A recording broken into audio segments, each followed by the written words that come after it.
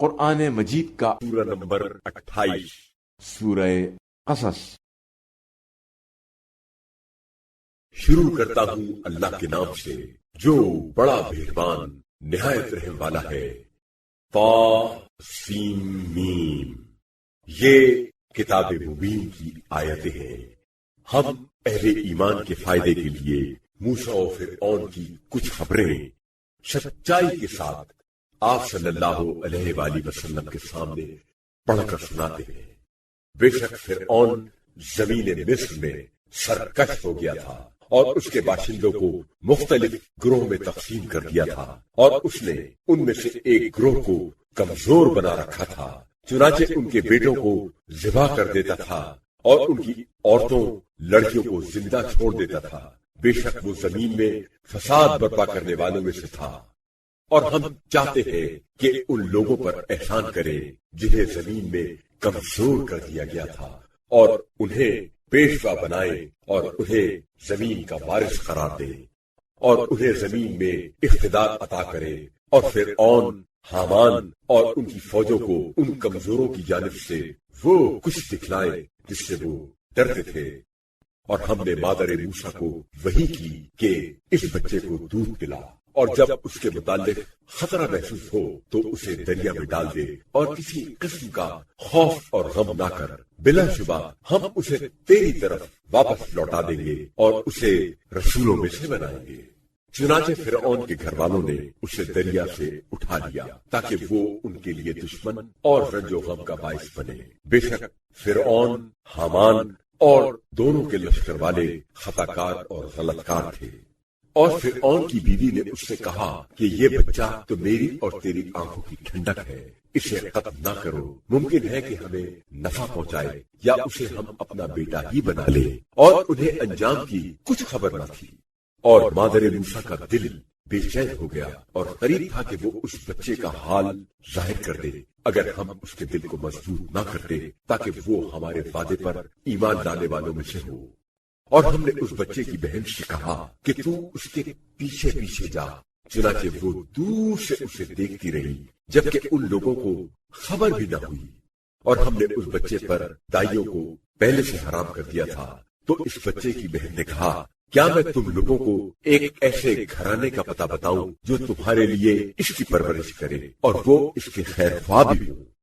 اس طرح ہم نے وہ بچہ اس کی ماں کی طرف لوٹا دیا تاکہ اس کی آنکھ ٹھنڈی ہو اور غمناک نہ ہو، اور یہ بھی جان لے کہ اللہ کا وعدہ سچا ہوتا ہے، لیکن اکثر لوگ یہ بات نہیں جانتے۔ اور جب وہ بچہ اپنے پورے شباب کو پہنچ گیا اور قد و قامت پورا درست ہو گیا تو ہم نے اس کو خاص حکمت و علم عطا کیا، اور ہم اسی طرح نیکوکاروں کو صلہ دیتے ہیں۔ وہ جوان ایسے وقت شہر میں داخل ہوا جبکہ اس شہر کے باشندے بے خبر تھے، تو اس نے وہاں دو آدمیوں کو آپس میں لڑتے ہوئے پایا۔ یہ ایک ان کے گروہ میں سے تھا اور دوسرا ان کے دشمنوں میں سے تھا۔ بس جو اس کے گروہ میں سے تھا اس نے موسیٰ کو اس کے خلاف جو اس کے دشمنوں میں سے تھا مدد کے لیے پکارا، تو موسیٰ نے اسے ایک مکہ مارا، بس اس کا کام تمام کر دیا، اور کہا یہ ان کی لڑائی شیطان کی کارروائی تھی، بے شک وہ کھلا ہوا گمراہ کرنے والا دشمن ہے۔ کہا، اے میرے پروردگار، میں نے اپنے اوپر ظلم کیا، تو مجھے بخش دے۔ تو خدا نے اسے بخش دیا، بے شک وہ بڑا بخشنے والا، بڑا رحم کرنے والا ہے۔ پھر کہا، اے میرے پروردگار، تو نے مجھے اپنی نعمت سے نوازا ہے، میں کبھی مجرموں کا پشت پناہ نہیں بنوں گا۔ پھر موسیٰ نے شہر میں اس حال میں صبح کی کہ وہ خوف زدہ اور منتظر تھا کہ کیا ہوتا ہے، کہ اچانک دیکھا کہ وہی شخص جس نے کل اس سے مدد طلب کی تھی آج پھر چیخ کر اس کو مدد کے لیے پکار رہا ہے۔ موسیٰ نے اس سے کہا کہ تو کھلا ہوا بدراہ ہے۔ پھر جب موسیٰ نے اس شخص پر سخت ہاتھ ڈالنا چاہا جو ان دونوں کا دشمن تھا تو اس نے کہا، اے موسیٰ، تو آج مجھے اسی طرح قتل کرنا چاہتا ہے جس طرح کل ایک شخص کو قتل کیا۔ تو بس یہی چاہتا ہے کہ زمین میں سرکش بن جائے اور یہ نہیں چاہتا کہ اصلاح کرنے والوں میں سے ہو۔ اور شہر کے آخری حصے سے ایک آدمی دوڑتا ہوا آیا اور کہا، اے موسیٰ، قوم کے بڑے لوگ تمہارے بارے میں مشورہ کر رہے ہیں کہ تجھے قتل کر دے، لہذا یہاں سے نکل جا، یقیناً میں تیرے خیر خواہوں میں سے ہوں۔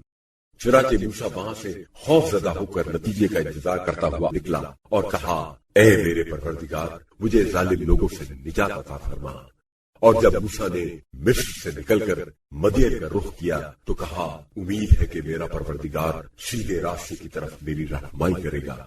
اور جب وہ مدین کے پانی کنویں پر پہنچا تو وہاں لوگوں کا ایک مجمع پایا جو اپنے مویشیوں کو پانی پلا رہا ہے، اور ان لوگوں سے الگ دو عورتوں کو پایا کہ وہ اپنے ریوڑ کو روکے ہوئے کھڑی ہیں۔ موسیٰ نے کہا، تمہارا کیا معاملہ ہے؟ ان دونوں نے کہا، ہم اس وقت تک اپنے جانوروں کو پانی نہیں پلاتی جب تک یہ چرواہے اپنے مویشیوں کو پانی پلا کر نہ لے جائے، اور ہمارے والد بہت بوڑھے ہیں۔ یہ سن کر موسیٰ نے ان کے ریوڑ کو پانی پلا دیا اور پھر وہاں سے ہٹ کر سائے میں آ گیا اور کہا، اے میرے پروردگار، تو جو خیر نعمت بھی مجھ پر اتارے، میں اس کا محتاج ہوں۔ بس ان دو عورتوں میں سے ایک شرم و حیا کے ساتھ چلتی ہوئی اس کے پاس آئی اور کہا، میرے والد تمہیں بلاتے ہیں تاکہ تمہیں اس کا معاوضہ دے جو تم نے ہماری خاطر پانی پلایا۔ تو جب موسیٰ اس کے پاس پہنچا اور اسے سارا اپنا قصہ سنایا تو اس بزرگ نے تسلی دیتے ہوئے کہا، خوف نہ کر، اب تم ظالم لوگوں سے نجات پا گئے ہو۔ تو ان دو میں سے ایک لڑکی نے کہا، اے ابا، اسے اجرت پر رکھ لیجیے، کیونکہ اچھا مزدور جسے آپ اجرت پر رکھیں وہی ہے جو طاقتور بھی ہو اور امانت دار بھی۔ اس شعیب نے موسیٰ سے کہا کہ میں چاہتا ہوں کہ اپنی ان دونوں بیٹیوں میں سے ایک کا عقد نکاح تمہارے ساتھ اس شرط پر کر دوں کہ تم 8 سال تک میری خدمت کرو، اور اگر 10 سال پورے کرو تو یہ تمہاری طرف سے احسان ہے، اور میں تم پر کوئی سختی نہیں کرنا چاہتا۔ انشاءاللہ تم مجھے نیکوکار لوگوں میں سے پاؤ گے۔ موسیٰ نے کہا، اچھا، یہ بات میرے اور آپ کے درمیان طے ہو گئی۔ ان دونوں میں سے میں جو مدت بھی پوری کر دوں اس کے بعد مجھ پر کوئی زیادتی نہ ہوگی، اور ہم جو کچھ کہہ رہے ہیں اللہ اس پر نگہبان ہے۔ پھر جب موسیٰ نے مقررہ مدت پوری کر دی اور اپنے اہل و عیال کو ساتھ لے کر مصر روانہ ہوئے تو طور کی جانب سے آگ محسوس کی، تو گھر والوں سے کہا کہ تم ٹھہرو، میں نے آگ محسوس کی ہے، شاید میں تمہارے پاس وہاں سے کوئی خبر لاؤں یا آگ کا کوئی انگارہ لاؤں تاکہ تم تاپو۔ تو جب آپ وہاں گئے تو اس وادی کے داہنے کنارے سے اس مبارک مقام پر درخت سے انہیں ندا دی گئی، اے موسیٰ، میں ہی اللہ ہوں، سارے جہانوں کا پروردگار،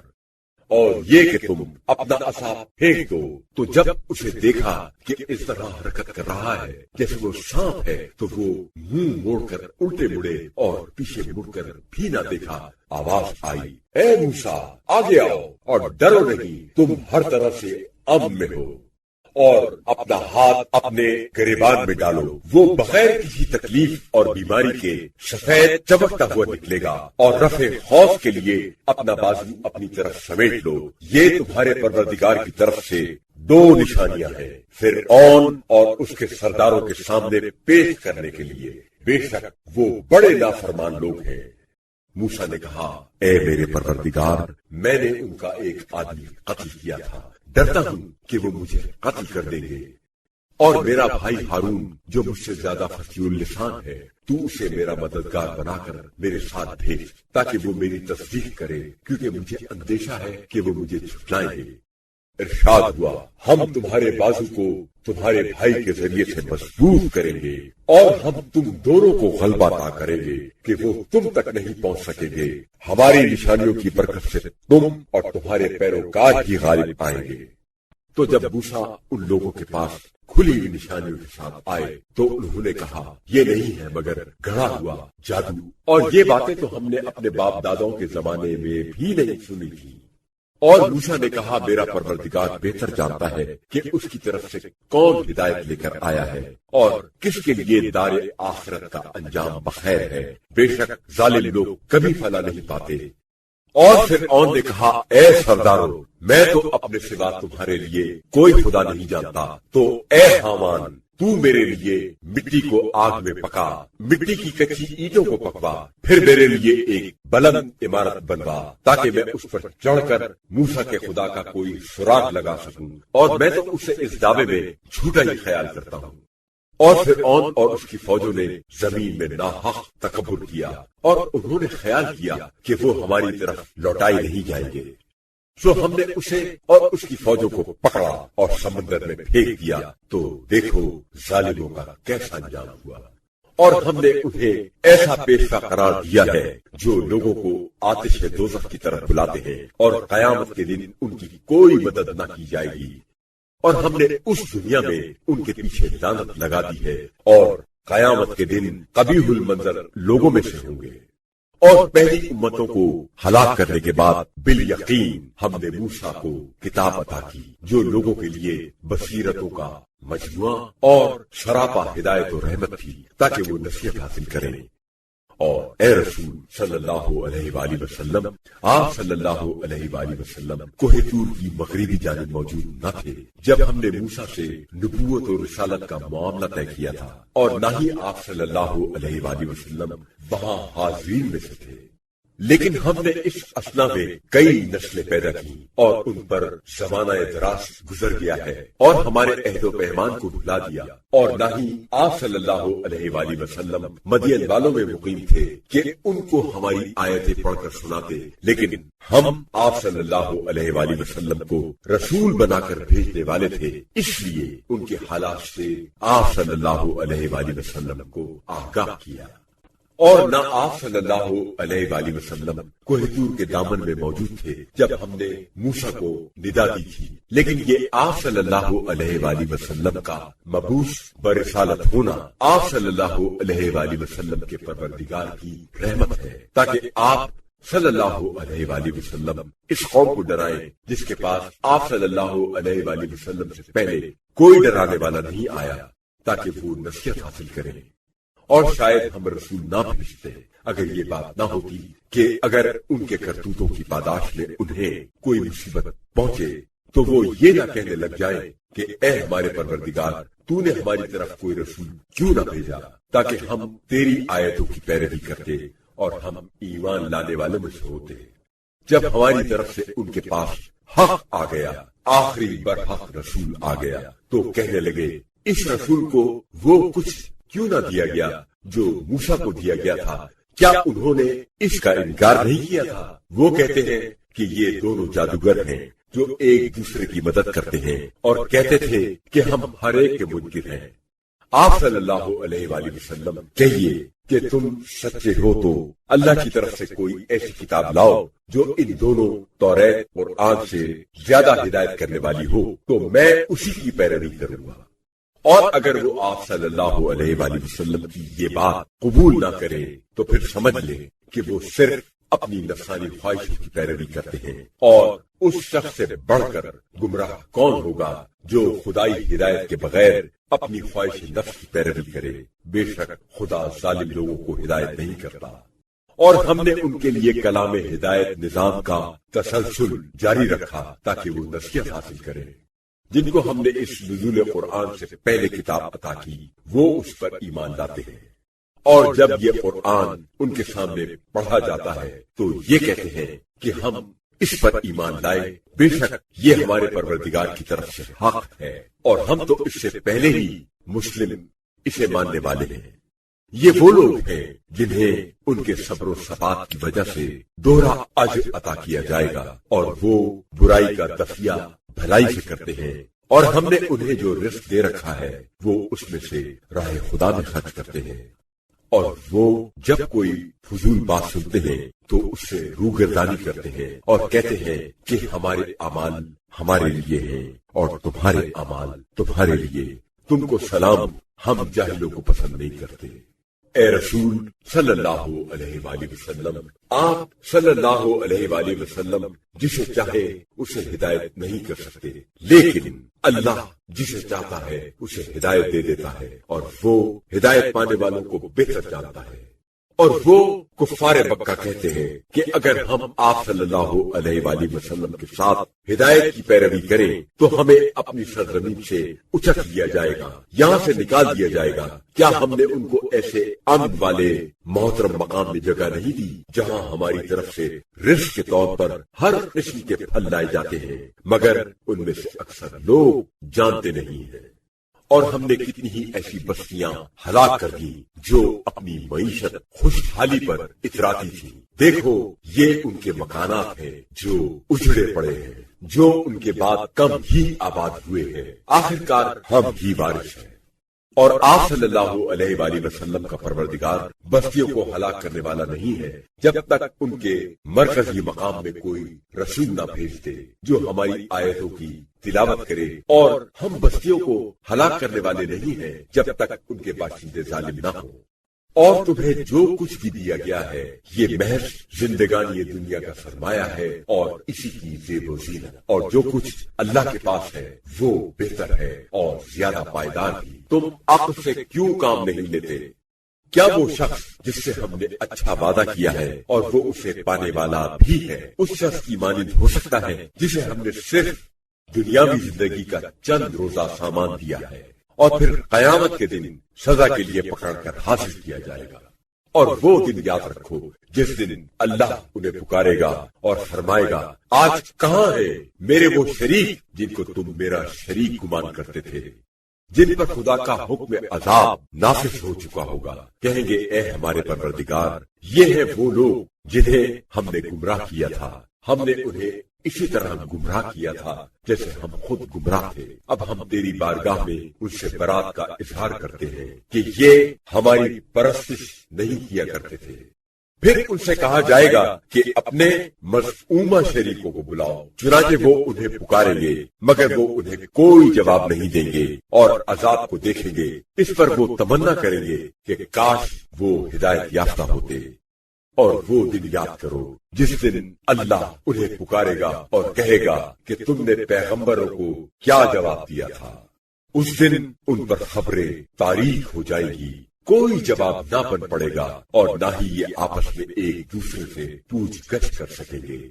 البتہ جو توبہ کرے اور ایمان لائے اور نیک عمل کرے تو امید ہے کہ وہ فلاح پانے والوں میں سے ہوگا۔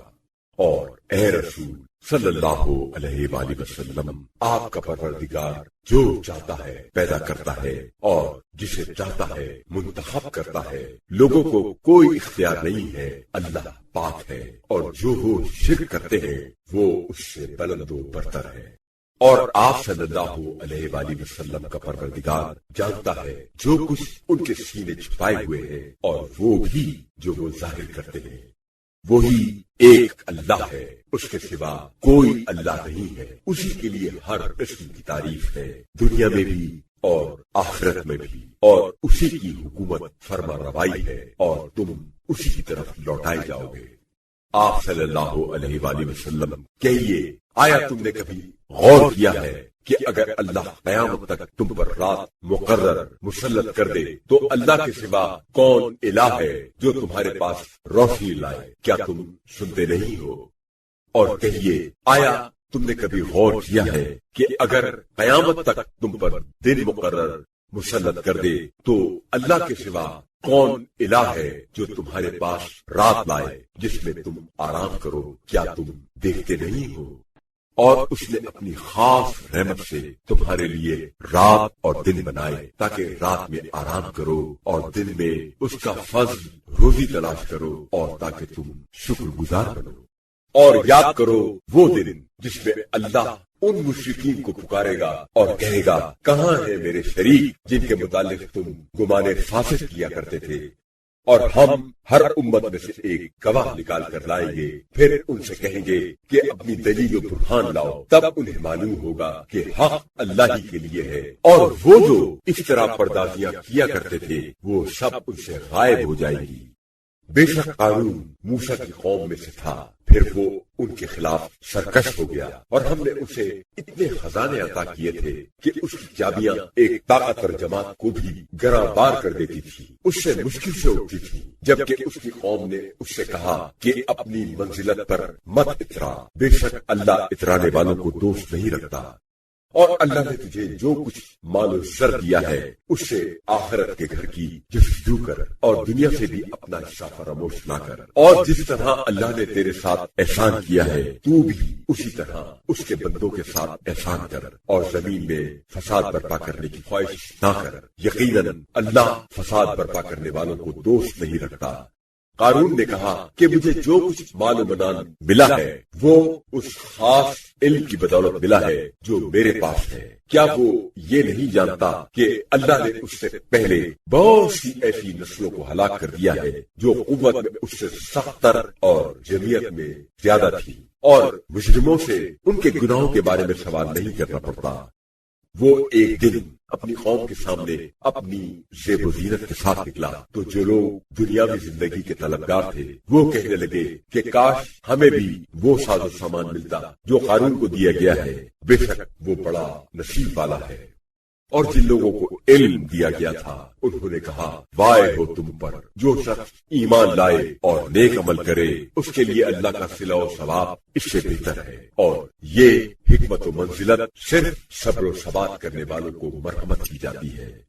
پھر ہم نے قارون کو اور اس کے گھر کو زمین میں دھسا دیا، سو نہ اس کے حامیوں کی کوئی جماعت تھی جو اللہ کے مقابلے میں اس کی مدد کرتی، اور نہ ہی وہ اپنی مدد آپ کر سکا۔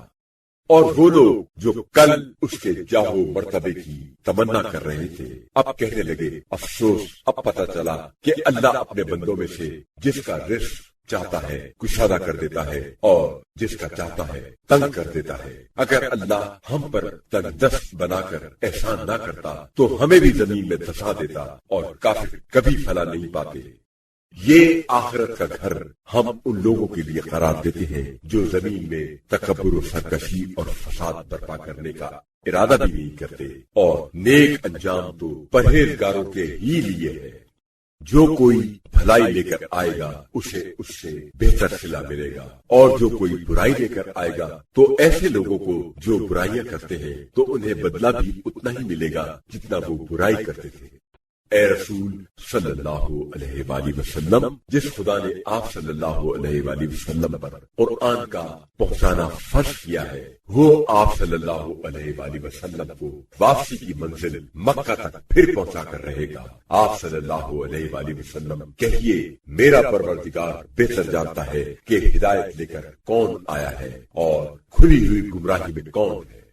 اور آپ صلی اللہ علیہ وآلہ وسلم کو اس بات کی امید نہیں تھی کہ آپ پر یہ کتاب نازل کی جائے گی، یہ تو بس آپ صلی اللہ علیہ وآلہ وسلم کے پروردگار کی رحمت ہے، لہذا آپ صلی اللہ علیہ وآلہ وسلم بھی کافروں کے پشت پناہ نہ بنیے گا۔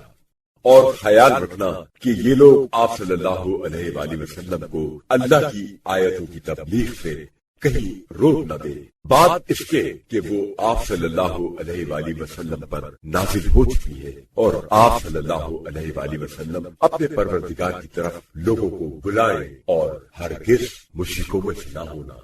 اور اللہ کے ساتھ کسی اور الہ کو نہ پکارے، اس کے سوا کوئی الہ نہیں ہے۔ ہر شے ہلاک ہونے والی ہے سوائے اس کے وجہ ذات کے، اسی کی حکومت اور فرما روائی ہے، اور اسی کی طرف تم سب لوٹائے جاؤ گے۔